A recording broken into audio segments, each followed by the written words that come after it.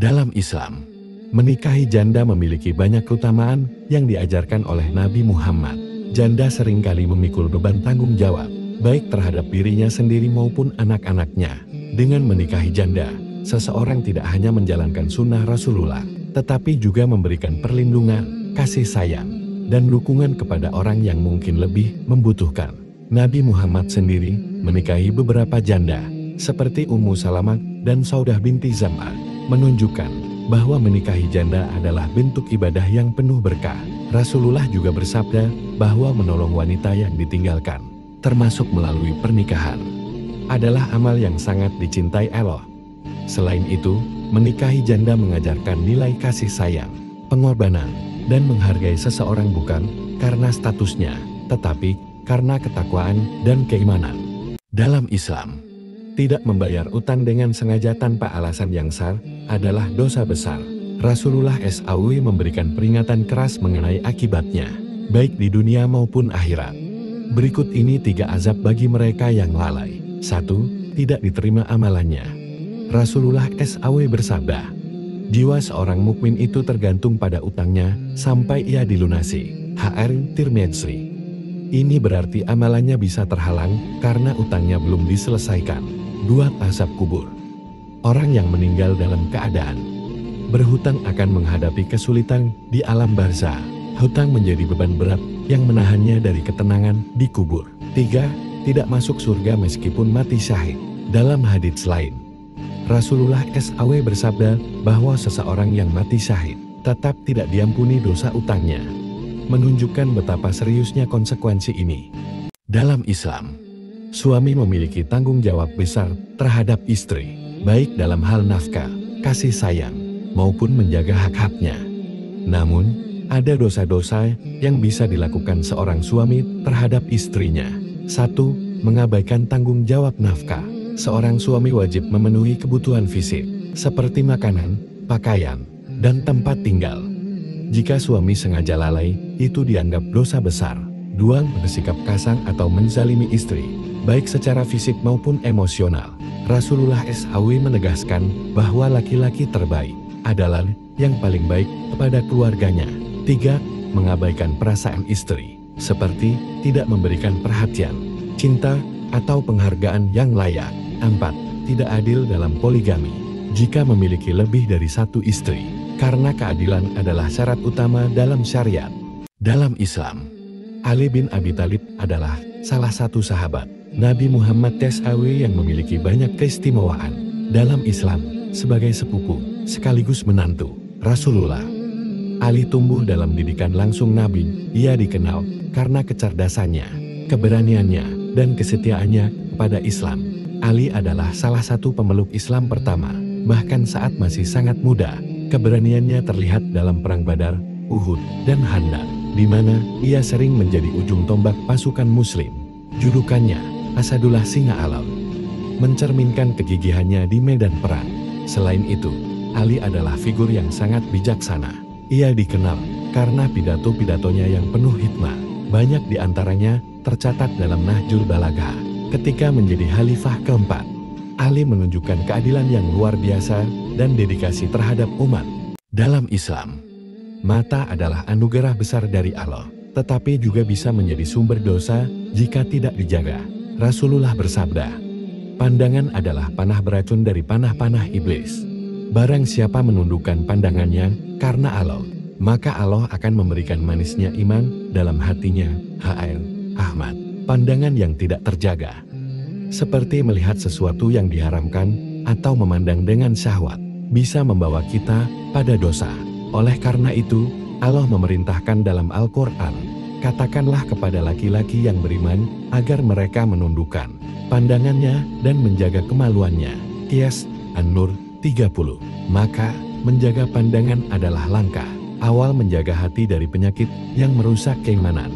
Ingat, setiap pandangan tercatat dan akan dipertanggungjawabkan di hadapan Allah. Dalam Islam, taubat adalah pintu kasih sayang Allah yang selalu terbuka. Namun ada beberapa kondisi di mana taubat tidak lagi diterima. Dalam Al-Quran, Allah berfirman, dan tidaklah taubat itu diterima Allah dari orang-orang yang mengerjakan kejahatan Hingga apabila datang ajal kepada seseorang di antara mereka, barulah ia mengatakan, sesungguhnya saya bertaubat sekarang. Qs. An-Nisa 18. Dari ayat ini, ada dua kondisi taubat yang tidak diterima. Satu, saat nyawa sudah di tenggorokan, yaitu ketika seseorang baru bertaubat di saat kematian hampir tiba. Penyesalan saat itu dianggap tidak tulus karena ia terjadi di bawah paksaan keadaan. Dua, ketika matahari terbit dari barat, yaitu tanda besar kiamat. Setelah itu, inat dan taubat tidak lagi diterima karena kebenaran sudah terungkap secara nyata.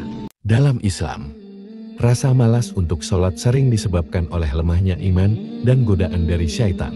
Allah SWT telah memerintahkan sholat sebagai kewajiban utama. Namun syaitan selalu berusaha menghalangi manusia dari ibadah ini. Selain itu, terlalu sibuk dengan urusan dunia, kurangnya pemahaman tentang keutamaan sholat, dan kebiasaan menunda-nunda juga dapat membuat seseorang malas sholat. Rasulullah SAW bersabda, sholat adalah tiang agama. Siapa yang mendirikannya, maka ia telah menegakkan agama. Dan siapa yang meninggalkannya, maka ia telah meruntuhkan agama. Untuk mengatasi rasa malas, kita perlu memperkuat iman, mengingat tujuan akhirat, dan berusaha mendekatkan diri kepada Allah SWT dengan berdoa memohon kekuatan. Semoga kita selalu dalam perlindungan Allah SWT, amin, ya robbal alamin. Dalam Islam, pada zaman jahiliyah, tradisi pernikahan memiliki banyak praktik buruk yang bertentangan dengan nilai-nilai kemanusiaan.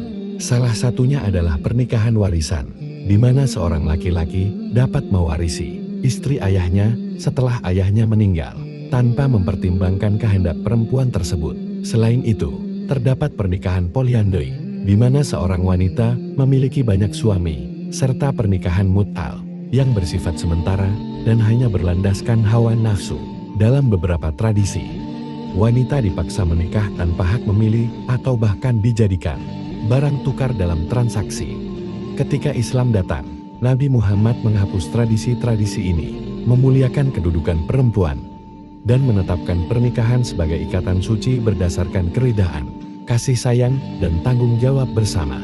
Dalam Islam, keyakinan tentang surga dan neraka berdasarkan Al-Quran dan hadis menyatakan bahwa keselamatan hanya bisa diperoleh dengan iman kepada Allah dan mengikuti ajaran yang diturunkan melalui Nabi Muhammad.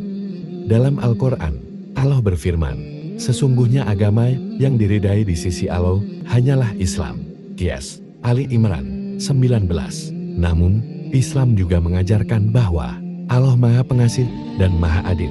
Dia mengetahui keadaan setiap manusia, termasuk mereka yang mungkin belum menerima dakwah Islam dengan benar. Allah berfirman, kami tidak akan mengazab sebelum kami mengutus seorang rasul. Qiyas Al-Isra 15. Intinya, dalam pandangan Islam, setiap orang akan dihisab sesuai dengan pengetahuan dan perbuatannya. Penekanan utamanya adalah pada keadilan Allah, wallahu alam. Dalam Islam, ada sifat-sifat tertentu pada laki-laki yang sebaiknya dihindari ketika mencari pasangan hidup. Rasulullah memberikan banyak nasihat tentang karakter yang baik dalam memilih suami. Berikut beberapa sifat laki-laki yang jangan dinikahi. 1. Lalai dalam agama. Jika seorang laki-laki tidak menjalankan kewajiban agamanya, seperti salat atau puasa, maka ia sulit menjadi pemimpin yang baik dalam rumah tangga. 2. Pemarah dan kasar. Laki-laki yang tidak bisa mengendalikan emosinya, apalagi sering melakukan kekerasan, bertentangan dengan sifat kelembutan dan kasih sayang yang diajarkan Rasulullah. 3. Boros dan tidak bertanggung jawab. Laki-laki yang tidak bijak dalam mengelola harta dan tidak mampu menafkahi keluarganya dapat menyebabkan kehidupan rumah tangga tidak harmonis.